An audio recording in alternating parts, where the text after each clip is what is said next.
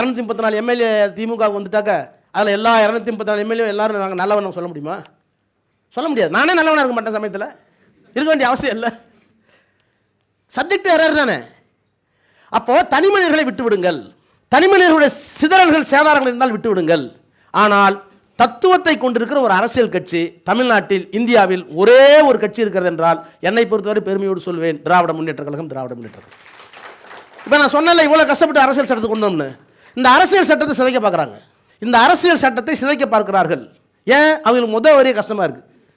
எடுத்தடுப்புலேயே முதல் வரி அரசியல் சட்டத்தினுடைய முகப்புரை, we the people of India having solemnly resolved to constitute India into a sovereign, secular, socialistic, democratic republic. நாங்கள் இந்தியர்களாகிய நாங்கள் இந்தியாவை எப்படி கட்டமைத்திருக்கிறோம்? இதை ஒரு இறையாண்மை உள்ள நாடாக, ஜனநாயக நாடாக, சமதர்ம நாடாக, மதச்சார்பற்ற நாடாக அமைத்திருக்கிறோம். இப்போ நான் சொன்னேனே, இத்தனை ஜாதி எல்லாம் சேர்ந்து இவ்வளோ வேறுபாட்டெல்லாம் சேர்ந்து ஒரே இடத்துல உட்காந்துருக்கும் காரணம் அரசியல் சட்டம்னு இந்த 4 வரி தான். இந்த 4 வரி இருக்கிறது எங்களுக்கு பிடிக்கல. அவங்க திருத்தணும்னு நினைக்கிறாங்க. திருத்த முடியாது, திருத்தக்கூடாது என்று ஓங்கி ஒலிக்கிற ஒரு இயக்கம் திராவிட முன்னேற்ற கழகம் நாடாளுமன்றத்தில்.